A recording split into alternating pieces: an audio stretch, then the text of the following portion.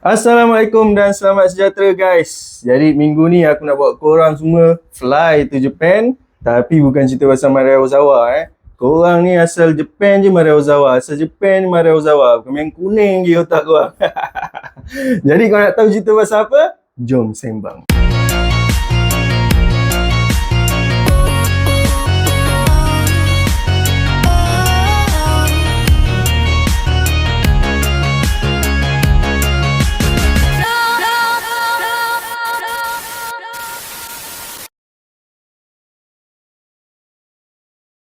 Pada 23 Julai 1989, satu Jepun dikejutkan dengan berita penangkapan Tsutomu Miyazaki.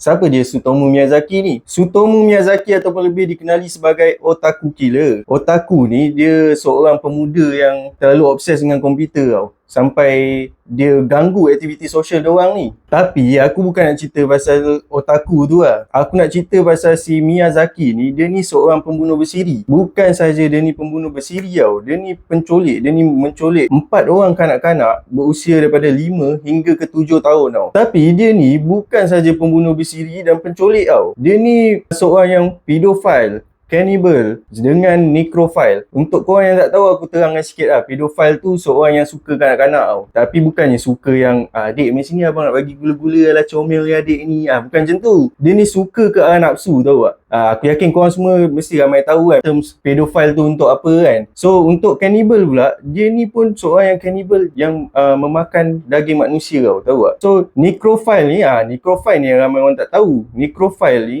dia seorang yang suka bersetubuh dengan mayat. Uish, seram sial setubuh dengan mayat. Jadi dia jadi macam tu pun disebabkan zaman kanak-kanak dia yang teruk Si Miyazaki ni dia dilahirkan pramatang pada 21 Ogos 1962. Jadi disebabkan dia ni dilahirkan pramatang, dia ni mempunyai kecacatan dekat bahagian tangan dia tau. Disebabkan kecacatan tu lah, dia ni jadi seorang yang pendiam dan pemalu untuk bersosial dengan kawan-kawan dia. Dia ni dekat sekolah dulu masa dia kanak-kanak, dia selalu dipulau oleh kawan-kawan dia, selalu kena bully. Lepas tu bila macam orang nampak dia kan, bila budak-budak sekolah ni nampak dia, tu Miyazaki, jom kita lari jom kita lari. Macam kau dulu nampak orang tablik nak datang kat kau, tinggal lari, betul lah.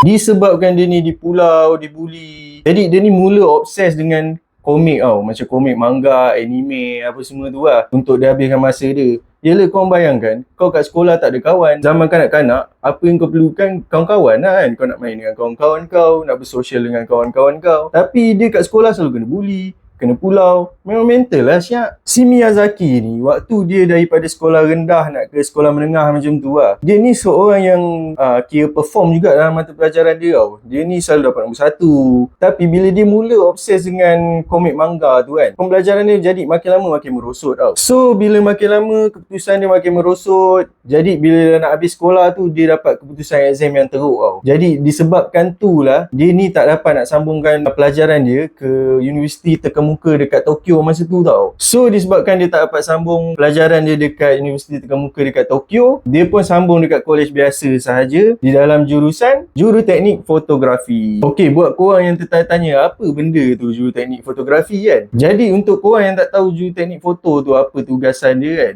juruteknik foto ni, kita sekarang kita ambil gambar pakai kamera yang digitalize kan, tak perlu macam cuci apa semua kan. Kalau dulu kita pakai kamera yang ada Kodak tau, yang ada filem tu tau. Aku yakin lah budak 80-90an mesti tahu punya kamera tu kan. Dulu kalau kau berjalan, kebanyakannya orang akan pakai kamera yang filem tu lah. So tugas juruteknik foto ni, dia yang akan ambil filem tu dan akan cuci filem tu tau, untuk menjadi sekeping gambar. So bapak si Miyazaki ni, dia ni orang yang berpengaruh lah dekat bandar Isukaichi lah masa tu. Sebab bapak dia ni ada satu syarikat surat khabar yang terkemuka dekat Jepun pada masa tu tau. Si Miyazaki ni pernah je beritahu bapak dia yang tentang masalah dia ni, tapi bapak dia buat tak layan je. Bapak dia dengan family terlalu bersikap materialistik tau, sampai kan buat Miyazaki ni dia nak bunuh diri dia sendiri tau. Dia pun tak suka adik-adik perempuan dia, adik-adik beradik dia semua dia tak suka. Sebab adik-adik perempuan dia anggap dia ni jijik disebabkan kecacatan dia tu tau. Dekat sini korang nampak kan sebab apa dia ni mental. Dekat sekolah kau kena bully dengan kawan-kawan. Dekat rumah kau kena pulau dengan orang-orang kat rumah kau. Keluarga kau sendiri siap pulau dengan kau, mesti kau mental punya lah. Tapi satu-satunya sebab yang dia ni still lagi tak going to mental illness time tu, disebabkan dia ada satu-satunya orang yang dia percaya tau, yang bagi dia semangat, yang duk support dia bila dia ada masalah, dia boleh mengadu dengan orang tu, iaitu atuk dia sendiri. Tapi si Miyazaki ni, dari dia remaja lagi, dia dah start kumpul bahan-bahan pornografi ni tau. Macam video luca lah, komik-komik hentai lah, macam-macam lah dia collect. Bila dekat college pula, disebabkan dia ni juru teknik foto, confirm ada kamera kan. Jadi dia ni selalu datang ke perlawanan tenis perempuan tau, untuk ambil gambar diorang tau. Tapi korang tahu tak dia ambil gambar apa? Gambar kelengkang perempuan, Mat. Kau nak buat apa, Mat? Gambar kelengkang perempuan. Of course lah, gambar tu pula dia guna untuk buat modal dia Onani. Onani kau jangan tanya aku, bukan keeper MU tu. Keeper MU tu Onana. So bila dia dah start bosan dengan bahan-bahan pornografi yang macam tu kan, macam anime, hentai, video luca, orang dewasa apa semua, dia ni pun start kumpul bahan-bahan luca atau bahan-bahan pornografi yang berkaitan dengan kanak-kanak. Pada tahun 1983, dia ni menamatkan pelajaran dia masa dia umur 21 tahun. Dan lepas daripada 5 tahun dia tamatkan pelajaran dia, ada satu kes yang aku rasa memang paling tragis lah yang berlaku dalam kehidupan dia, iaitu satu-satunya orang yang dia sayang, orang yang bagi semangat dekat dia, meninggal dunia pada Mei 1988. Iaitu atuk dia sendiri meninggal dunia masa tu. Jadi korang boleh fikir lah, bila satu-satunya orang yang dia percaya, yang dia sayang, yang dia boleh kongsi dia punya masalah dengan orang tu, meninggal dunia, jadi apa lagi tujuan dia hidup atas dunia realiti ni? Benda tu yang membuatkan si Miyazaki ni lagi down, lagi lost, lagi terjerumus di dalam mental illness dia tau. Yelah, satu-satunya orang yang kau sayang, yang bagi semangat dekat kau, hilang kat atas dunia ni. Ibarat kau ni dah hilang tempat untuk kau bergantung tau. Tambah-tambah lagi kau pula ni ada sakit mental. Lepas daripada kejadian atuk dia meninggal tu, ada satu kes yang bagi aku memang ngeri lah. Memang bukan ngeri tau, dia jadi geli kau tahu tak? Dia ni sanggup makan abu mayat atuk dia tu sebabkan dia rasa bila dia makan abu mayat atuk dia tu akan hidup dalam diri dia tau, dekat dengan dia walaupun atuk dia tu dah meninggal. Ish, apa benda siap makan abu mayat? Apa rasa kan? Lepas tu, beberapa minggu selepas atuk dia tu meninggal, dia ni dah mula buat benda merapu lah. Antaranya, dia ni pergi skodeng adik dia mandi, Mat. Pergi skodeng adik dia mandi. Syak, kau nak skodeng adik kau mandi? Gila kau. Lepas tu, masa dia skodeng tu, adik dia pun nampak lah. Adik dia pun tengok lah dia. Kau ni apa hal kan? Kau tengok-tengok aku mandi pula kan? Adik dia marah lah dia. Kau tahu apa dia buat? Kalau kau sebagai seorang yang normal, bila kau dah kantoi benda-benda macam tu, confirm kau lari punya kan? Tapi dia tak. Dia pergi serang adik dia tu. Lepas adik dia tu dah marah dia apa semua, adik dia apa lagi bagi tahu lah kat mak dia.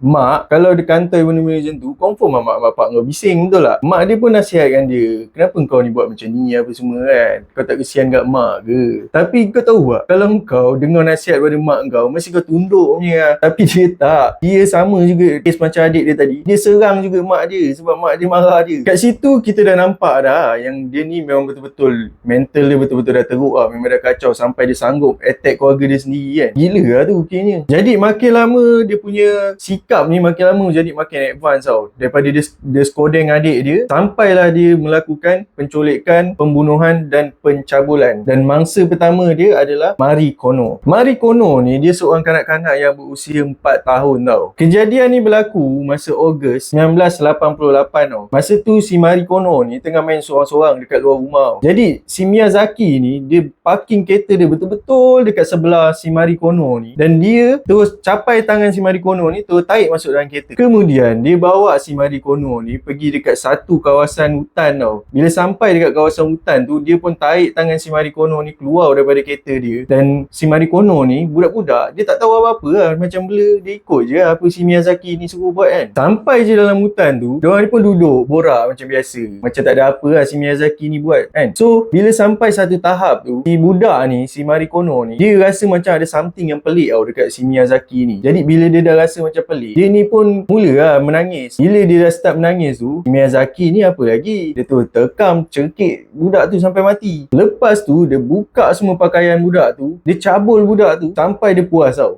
Kat sini lah yang kita nampak yang aku cakap tadi, necrophile tu. Dia bunuh dulu, bila budak tu dah jadi mayat, baru dia rogol mayat budak tu tau. Dia cabul mayat budak tu. Lepas dia dah puaskan nafsu dia apa semua, dia pun tinggalkan tempat tu dengan mayat si Mari tu. Dia sorok kan dekat kawasan situ, dalam kawasan hutan tu juga. Dan dia tinggal meninggalkan tempat tu bersama pakaian si Marie Kondo ni tadi. Lepas je mak bapak si Marie ni sedar yang anak dia ni dah hilang, mak bapak dia pun buatlah laporan polis tau. Dan polis pun mulakan siasatan yang berskala besar dekat sekitar bandar Saitama masa tu. Tapi malangnya memang tak ada clue apa-apa lah. Memang tak jumpa lah masa tu. Beberapa hari selepas kejadian tu, si Miyazaki ni dengan beraninya dia hantar satu postcard dekat rumah si Marie Kondo ni. Tapi ayat dalam postcard tu tergantung tau. Dia cakap macam ni tau, ada syaitan yang berkenaan dengan. Ayat dia tu memang tergantung. There are devil about, kalau dalam bahasa Inggeris dia lah. 2 bulan selepas kejadian, iaitu pada Oktober 1988, dia ni pergi colik pula lagi seorang mangsa yang dikenali sebagai Masami Yoshizawa. Masami Yoshizawa ni dia berusia 7 tahun tau. Masa si Miyazaki ni tengah jalan-jalan dalam kereta dekat kawasan pedalaman, still lagi dalam bandar Saitama, dia ni terjumpa si Yoshizawa ni tengah main seorang-seorang tau. Bila dia dah nampak si Yoshizawa ni, dia apa lagi, dia tu rentap tangan Yoshizawa ni naik kereta dia, dan dia bawa si Yoshizawa ni ke tempat yang sama, tempat yang dibunuh si Marie Kondo tu. Tapi tempat yang dibunuh si Marie Kondo tu jarak dia lebih kurang 100 meter lah. Contoh dia bunuh si Marie Kondo dekat sini 100 meter, dia bawa Yoshizawa dekat situ. So bila sampai je tempat tu, tak cerita banyak ah. Dia sampai je tempat tu, dia terus cekik si Yoshizawa ni, dia terus bunuh dan Yoshizawa ni mati. Bila si Yoshizawa ni mati, dia pun apa lagi, sama juga kes dengan Marie Kondo tu, dia cabul mayat si Yoshizawa ni, dan lepas tu dia buangnya mayat Yoshizawa ni sama tempat juga dengan mayat si Marie Kondo yang kena buang tadi tu. Sama juga macam kes Marie Kondo tu, bila mak bapak diorang sedar yang anak dia ni hilang, mak bapak dia pun tu buat laporan polis. Tapi sayangnya polis memang tak ada apa-apa petunjuk dekat mana anak-anak diorang ni hilang. 2 bulan lagi lepas tu, pada Disember 1988, dalam tahun yang sama juga, dia ni colik pula mangsa ketiga yang bernama Erika Namba. Erika ni dia berusia 4 tahun tau. Masa tu si Miyazaki ni dia tengah jalan-jalan dekat bandar Tokyo. Lepas tu dia nampak lah si Erika ni tengah jalan seorang-seorang nak balik rumah dia tau. Belum sempat si Erika ni sampai kat rumah dia, si Miyazaki ni dah tarik tangan si Erika ni untuk masuk dalam kereta dia tau. Tapi berbeza dengan mangsa pertama dengan mangsa yang kedua. Mangsa pertama dengan yang kedua dia ikut je apa si Miyazaki ni nak. Bila kena tarik tu dia diam je. Si Erika ni bila dia kena tarik tu, dia menangis tau. Mungkin aku rasa sebab mak bapak dia ajar lah, kalau kau ni ada orang bagi kau lollipop ke gula-gula ke, jangan ikut.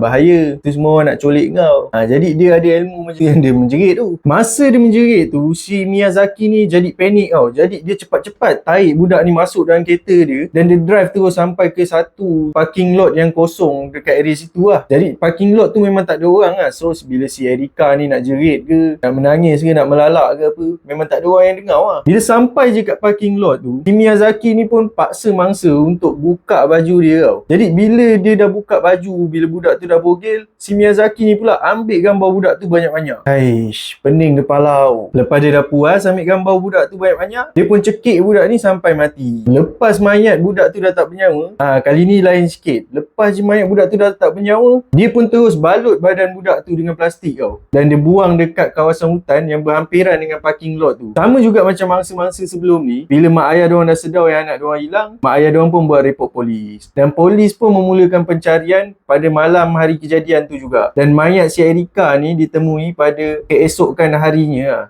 Hasil daripada penemuan mayat si Erika ni, jadi pihak polis dapat satu hint tau, di mana orang yang melakukan pembunuhan yang sebelum-sebelum ni adalah orang yang sama. Disebabkan mangsa yang terlibat ni dalam kalangan kanak-kanak, dan dia ni menggunakan modus operandi yang sama tau. Bukan tu je, polis dah mula syak orang yang lakukan ketiga-tiga pembunuhan tu adalah suspek yang duduk dekat bandar Saitama tu juga. Lepas dia jumpa mayat mangsa yang ketiga ni, kecoh lah dalam berita yang polis dah syak suspek kes ni orang daripada bandar Saitama tu juga. Jadi dari situ bila si Miyazaki ni dengar, dia jadi takut, jadi lebih berhati-hati lah. Biasanya pembunuh bersiri ni akan sampai satu tahap yang dia akan berhati-hati tau, ataupun dia panggil tempo bertenang dia lah. Time dia tak bunuh orang lah, time tu dia okey sikit lah. Tapi lepas beberapa hari polis jumpa mayat tu, dia berani hantar postcard kat keluarga mangsa tau. Ayat dia macam ni: Erika sejuk, batuk, tekak, rehat, mati. Dia macam sepatah-sepatah tau ayat dia hantar. Jadi benda tu yang jadi macam satu penghinaan dekat keluarga mangsa tau. Tapi si Miyazaki ni dia kisah apa? Sebab dia memang nak main-main dengan polis masa tu. Tapi disebabkan dia ni nak cabar polis, sebab dia rasa yang benda macam tu tak cukup mencabar lagi bagi dia, dia ni pergi hantar satu kotak dekat rumah mangsa pertama tadi, si Marie Kondo tu. Bila bapak si Marie Kondo tu buka kotak tu, alangkah terkejut gila babengnya dia. Dalam kotak tu ada isi mayat yang dah hangus, sekali dengan dengan gigi susu, gambar pakaian kanak-kanak dengan satu postcard tau. Postcard tu berbunyi macam ni: mari, tulang, dibakar, siasat, buktikan. Sama juga postcard macam sebelum ni yang dia hantar tu, dia keluarkan ayat yang sepatah tau. Dekat situ kau dah nampak tau yang dia ni memang semakin berani lah dia buat jenayah dia ni kan. Memang dah tak takut polis sampai nak suruh polis cari dia kan. Disebabkan kotak tu, polis dapat jumpa mayat si Marie Connor ni tapi tanpa kaki dengan tangan tau. Ish, aku cerita ni dah meremang dulu rumah aku ni. Jadi tadi macam aku cakap, dia dah duduk dalam tempoh bertenang. Kemudian 6 bulan selepas tempoh dia bertenang tadi, pada Jun 1989, dia melakukan penculikan ke atas mangsa yang keempat, iaitu Ayako Nomoto. Macam rokok Jepun. Aku kalau nama penuh Minami. Minami? Ya. Macam rokok Jepun. Bukan yo.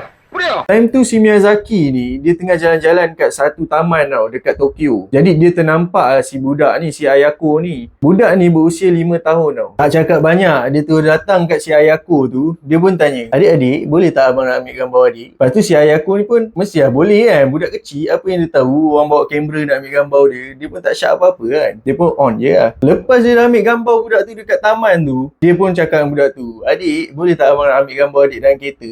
Time tu dah lain lah. Dia dah start pancing lah budak tu nak naik kereta dia. Budak ni pun ikut je, terunjuk dia, tak ada cakap apa pun. Masa kat dalam kereta tu, si Ayako ni dia tanya kat Miyazaki ni tau, apa yang jadi dengan tangan si Miyazaki ni. Disebabkan pertanyaan tu, si Miyazaki ni jadi marah kan, sebab dia daripada sekolah kena pulau pasal tangan dia kot. Jadi budak tu pergi tanya sensitivity dia, dia marah lah, tak cakap banyak. Dia tu cekik budak tu sampai mati. Bila si Ayako ni dah mati, dia bawa mayat si Ayako ni pergi balik dekat apartmen dia tau. Jadi lepas dia sampai kat apartmen dia tu, dia terus ambil gambar bogil si Ayako ni banyak-banyak. Lepas tu dia rogol mayat si Ayako ni. Aduh wai, pening kepala abang adik. Lepas tu dia biarkan mayat si Ayako tu dalam apartmen dia selama 2 hari tau. Jadi bila dah 2 hari tu, bau dia mesti lah keluar kan. Jadi orang dekat, jiran-jiran dia yang duduk sekali apartmen dengan tu, dah mula bau busuk tau dekat dalam apartmen tu. So sebab dia tak boleh simpan mayat si Ayako ni lama-lama sebab berbau, jadi dia ni ambil keputusan untuk lupuskan mayat Ayako ni dekat tempat yang lain tau. Tapi sebelum dia lupuskan mayat si Ayako ni, dia potong dulu ni tangan, kaki, dia potong dulu. Sampaikan polis tak dapat nak cam mayat si Ayako ni tau. Lepas tu bahagian badan si Ayako ni dia buang dekat kawasan tanah perkuburan sekitar kawasan rumah dia tu tau. Dan tangan si Ayako ni yang dia dah potong tadi ni, dia masak, lepas tu dia makan woi. Lepas tu bahagian kepala dengan yang lain-lain tu dia buang dekat kawasan bukit, area-area rumah dia juga ah. Lepas je 5 hari yang dia buang mayat si Ayako ni, polis pun dapat jumpa mayat si Ayako ni, tapi dapat jumpa badan yang dia buang dekat kawasan tanah perkuburan tu je.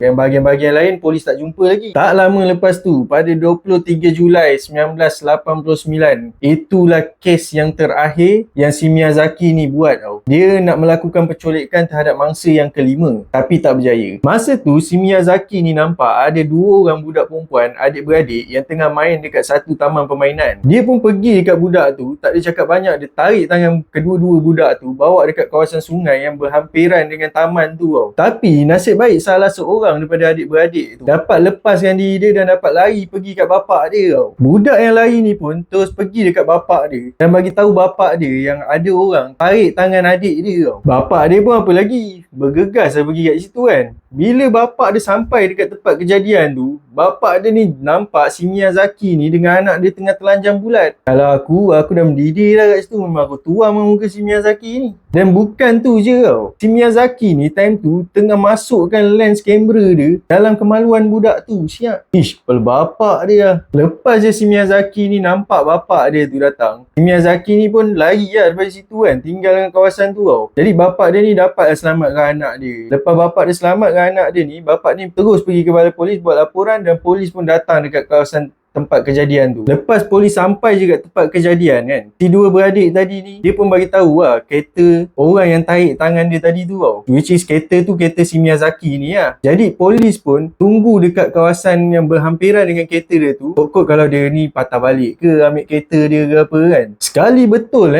si Miyazaki ni datang ambil kereta dia. Polis pun apa lagi, memang dah nampak dia pergi kat kereta dia, polis semua serbu lah dia. Dekat situ lah dia kena tangkap. Dia orang rasa Miyazaki, berapa orang budak kau kerja kan. Mula-mula polis ni ingat dia ni penjenayah biasa je tau. Tapi lepas polis ni semua pergi geledah rumah dia, kantoi semua barang-barang pornografi dia, barang-barang video lucah yang dia simpan, yang pornografi yang berkaitan kanak-kanak, semua kantoi. Dia buat kerja tak clean lah. Dia pun mengaku yang memang dia yang buat semua tu tau. Tapi dia cakap ada orang yang bisik kat telinga dia suruh buat benda tu, kau tahu tak? Dan orang tu dia cakap menyerupai tikus tau, ataupun the red man orang panggil. Red man ni manusia yang menyerupai tikus tau. Dia nampak ada satu manusia yang menyerupai tikus yang suruh dia buat benda-benda tu. So dekat situ kita nampak memang dia ni ada masalah mental yang teruk Aku bila cerita ni, aku rasa geram pun ada dengan dia ni. Tapi rasa kesian pun ada. Yelah dia sakit kan. So itulah kejadian tergempar yang berlaku dekat Jepun pada masa tu. Bagi aku kes ni kes yang paling ekstrim yang pernah aku dengar. Lepas tu si suspek ni pula dia melalui zaman kanak-kanak yang teruk sampaikan dia ni boleh jadi mental macam tu So aku nak pesan kat sini, korang kat luar sana tu janganlah kau bully-bully budak. Sebab kau tak tahu apa konsekuensi dia masa akan datang dekat budak tu efek mental orang ke apa ke kan. Terutama sekali dekat orang yang kelainan upaya ni. So kau kena respect